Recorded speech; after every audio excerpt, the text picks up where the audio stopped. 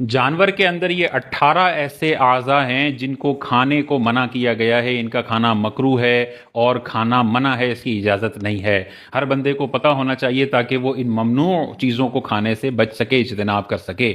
पहली चीज़ है पित्ता। जिगर के नीचे एक थैली होती है जिसमें कड़वा पानी होता है, यह नाजायज़ है, खाना नहीं खाया जा सकता। इसी तरह मसाना पेशाब के ठहरने की जगह है, ज़ाहिर गंदगी के साथ इसका इत्तिसाल है, ये खाना मना है, नहीं खा सकते हैं। इसी तरह मादा की जो शर्मगाह है, मादा जानवर है, गाय है, ऊँटनी है, बकरी है, इसकी शर्मगाह का जो मकाम है ये खाना मना है। इसी तरह नर की शर्मगाह का जो मकाम है, जैसे बैल है, ऊँट है, बकरा है, इसकी शर्मगाह का मकाम खाना ये भी गंदगी है और ये खाना मना है। इसी तरह कपूरे, जिसको हम खुस्यतैन कहते हैं, बाज़-औक़ात कटाकट के अंदर ये कपूरे डाल डाल के लोगों को खिला रहे होते हैं।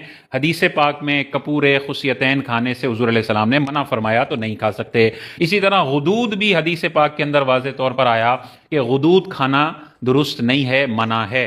गुदूद क्या होता है? खून की छोटी छोटी गठड़ियाँ होती हैं जिस्म के अंदर जानवर के, तो अगर कोई ऐसी गठड़ी खून की नज़र आती है तो उसको फेंकना है, वो खाने के लायक नहीं है। इसी तरह बहता खून अगर है तो बहता खून भी नापाक है, नजासत गलीज़ा है और ये पेट में डालने के और खाने के लायक नहीं है। ये 7 तो वो चीज़ें हैं जो वाज़े तौर पर हमें हदीस पाक में नज़र आती हैं, और इन 7 पर इस्तिदलाल करके उलमा ने और भी बहुत सारी चीज़ें हैं जिनके बारे में फरमाया कि इनको भी नहीं खाया जा सकता, खाना मना है। वो कौन सी चीज़ें हैं? रगों का खून, जैसे बहता खून है, रगों के अंदर जो खून है ये भी खाने के काबिल नहीं है, नहीं खाया जा सकता। दिल को चाक करने के बाद दिल में से जो खून निकलता है वो भी फेंकना है, वो खाने के लायक नहीं है। इसी तरह हराम मगज़ है, ये भी खाना मना है, नहीं खाया जा सकता। और हराम मगज़ होता क्या है? गाय के या इंसानों के दिमाग के साथ एक रीढ़ की हड्डी के साथ नसों का एक जाल होता है जो पूरी बॉडी में नीचे तक ट्रेवल करता है, दिमाग का मैसेज नीचे तक पहुंचाता है। गाय में भी होता है, दिमाग के साथ पूरा एक लंबा चलता है रीढ़ की हड्डी के साथ। इसको हराम मगज़ बोलते हैं और ये खाना मना है। कसाई को चाहिए, या आप खुद कसाई को कहें कि जब चांपे वो बना रहा हो तो चांपों के साथ हराम मगज़ के भी टुकड़े करके बाल्टी और कटोरे में ना डाल दे, बल्कि चापे बनाए और हराम मगज़ को सही तरीके से काट के अलग करके फेंक दिया जाए, ये खाने के काबिल नहीं है। इसी तरह जानवर की गर्दन के जो 2 पट्ठे होते हैं, ये पट्ठे भी खाने के काबिल नहीं हैं। इसी तरह जिगर के अंदर खून है, खून हदीस पाक में वाज़े आ गया, तो जिगर का खून नहीं खाया जा सकता।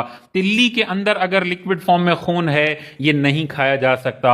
गोश्त को काटते हैं तो गोश्त के अंदर बाज़-औक़ात खून निकलता है, तो ये खून भी नहीं खाया जा सकता है। इसी तरह गोबर और मेंगनी के निकलने के जो मकामात हैं, उनका भी चूंकि गंदगी के साथ इत्तिसाल है, तो ये भी नहीं खाए जा सकते। पेशाब वाली शर्मगाहें तो हदीस पाक में वाज़े तौर पर आ गया, और इसी पर इस्तिदलाल करके उलमा ने वाज़े तौर पर इरशाद फरमाया कि जैसे पेशाब वाली शर्मगाह नजासत के साथ उसका इत्तिसाल है, तो गोबर मेंगनी की जो शर्मगाह है पीछे वाली, उसका भी चूंकि गंदगी के साथ इत्तिसाल है, तो ये भी नहीं खाया जा सकता है। इसी तरह ओजड़ी भी नजासत और गंदगी के साथ उसका इत्तिसाल है। गोबर और चारे वगैरह का जो दरमियानी लेवल है उसके साथ इत्तिसाल है, तो उलमा ने वाज़े तौर पर ओजड़ी के खाने को भी मना फरमाया है, नहीं खाया जा सकता। इसी तरह आंते हैं, आंते यकीनी सी बात है, हदीस पाक की 7 चीज़ों में आंतों का जिक्र नहीं है, लेकिन इन 7 चीज़ों में हमें वाज़े तौर पर नजर आता है कि जो जो चीज़ें गंदगी के साथ मुत्तसिल हैं, हुज़ूर अलैहि सलाम ने मना फरमाया। तो आंतें भी गंदगी के साथ मुत्तसिल होती हैं, पूरा गोबर इनमें से ट्रेवल कर कर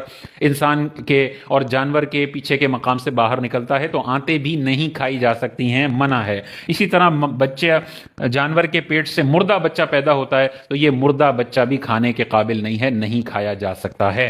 तो बाज़ औक़ात हदीस पाक में कोई चीज़ आती है, उलमा इस्तिदलाल करके मजीद चीज़ें जो रीज़न वहां पाया जा रहा होता है, वो रीज़न जहां जहां नजर आता है उलमा उस चीज़ को भी मना कर देते हैं। जैसे कुरान मजीद में खमर मना किया गया, अंगूर की शराब, लेकिन अगर कोई और शराब हो तो चूंकि अंगूर की शराब से भी नशा चढ़ता है और अकल ज़ाइल होती है, तो ये वजह जहां जहां पाई जाएगी वो सारी नशावर चीज़ें हराम हो जाएंगी। माँ बाप को उफ ना कहो तो गाली देना बदरजा औला मना होगा, क्योंकि कुरान उफ कहने को मना कर रहा है, तो इससे बड़ी वाली चीज़ें ऑटोमेटिकली मना हो जाएंगी। हुज़ूर अलैहिस्सलातु वस्सलाम ने हम जिन्स के तबादले में चंद चीज़ों का जिक्र फरमाया کھجور کو کھجور کو بدلے، گندم کو گندم کے بدلے، باقی چیزوں کا ذکر نہیں ہے، لیکن علماء نے اس میں سے ریزن نکالا، اور جہاں جہاں یہ ریزن پایا گیا وہاں پر بھی حرمت سود لگا دی گئی۔